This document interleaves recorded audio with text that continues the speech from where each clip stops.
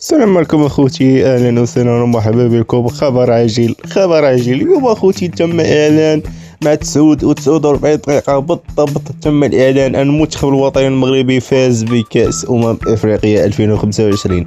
نفس الصدمة يا عزيزي المشاهد اللي جاتك دابا جاتني حتى انايا، ولكن ما طيقتش في الاول، ولكن احتدث واحد المدة تقريبا 35 دقيقة حتى تأكدت بان خبر صحيح. الكونفدرالية الافريقية لكرة القدم سحبت اللقب من المنتخب السنغال وعطاته المنتخب الوطني المغربي. لجنة الاستئناف العقوبات التابعة للاتحاد الافريقي لكرة القدم اعلنت اليوم الثلاثاء هزيمة المنتخب السنغالي اليوم زعما اخوتي بانسحاب من المباراة النهائية لبطولة كأس افريقيا 2025، وذلك تطبيقا للمادة 84 من لائحة البطولة، وبالتالي فوز المنتخب الوطني بنتيجة 3-0. ولكن اخوتي هذا القرار هذا ما جاش غير صدفة وصافي، زعما راه شفقات علينا الكونفدرالية الافريقية وعطاتنا اللقب. لا اخوتي، الجمعية الملكية المغربية لكرة القدم استأنفت القرار بشأن تطبيق المادة 82 و 84 من لائحة البطولة القارية، حيث خلصت اللجنة إلى قبول استئناف شكل وموضوعا وإلغاء القرار السابق الصادر عن لجنة الانضباط التابعة للكاف.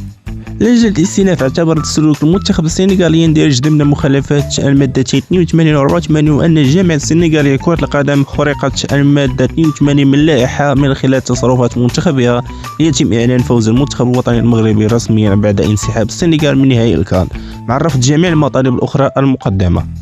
ولجنة الاستئناف اخوتي اصدرت قرارات اخرى وتشمل تعديل عقوبات اللاعب اسماعيل السيبالي، تصبح ايقاف مباراتين رسميتين مع تعليق مباراة واحدة، والغاء الغرامة المالية البالغة 100,000 دولار. وعاوتاني اخوتي تم تخفيض الغرامة الجامعة الملكية المغربية لكرة القدم المتعلقة بتصرفات المكلفين بجمع الكرات الى 50,000 دولار، مع تأكيد مسؤولية الجامعة عن هذا السلوك. وعاوتاني اخوتي تم تأكيد الغرامة المفروض على الجامعة الملكية بشأن الدخول الى منطقة مراجعة الفار والبالغة 100,000 دولار، بينما تم تخفيض غرامة المتعلقة بحادثة الليزر إلى 10,000 دولار، وقد تم رفض جميع المطالب الأخرى المتعلقة بهذه الأحداث.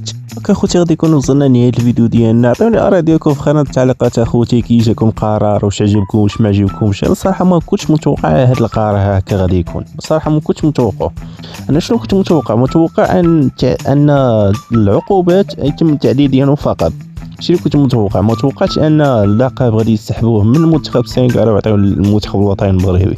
المهم اخوتي هكا غادي نكون وصلنا لنهايه الفيديو ديالنا. ديروا لايك سبسكرايب بارطاجيو القناه مع الاصدقاء ديالكم، جميع حسابات مواقع التواصل الاجتماعي في صندوق الوصف، دخلوا تما يضرب لكم شي دويره. المهم اخوتي الحلقه الجايه ديال الرياكشن قدرت تكون حلقه ديال الرياكشن على هذا القرار هذا. المهم اخوتي بلا ما نطول عليكم بزاف، حتى الفيديو الجاي ان شاء الله. يلا السلام عليكم. ونسيت واحد الحاجه اخوتي ما قلتهاش، نسيتها، خصني ضروري نقولها. بغيت نشوف غير كمامر ديال هادوك اللي كانوا ضدنا، بغيت نشوف غير كمامرهم اخوتي، بغيت نشوف هادوك اللي كانوا كيشجعوا ضدنا اخوتي. بغيت نعرف هادوك كيفاش عايشين، كيفاش غادي ينعسوا الليله دي اخوتي. هادوك راكم عارفين اخوتي على ما كندوي، هادوك اللي كانوا كيشجعوا السنغال ضدنا اخوتي، وخصوصا المصريين والكراغله الجزائريين الدوله الهوكيه.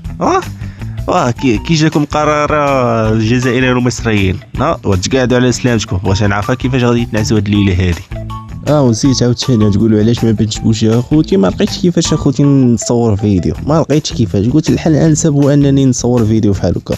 المهم اخوتي بلا ما نطول عليكم بزاف، السلام عليكم، حتى الحلقه الجايه ان شاء الله.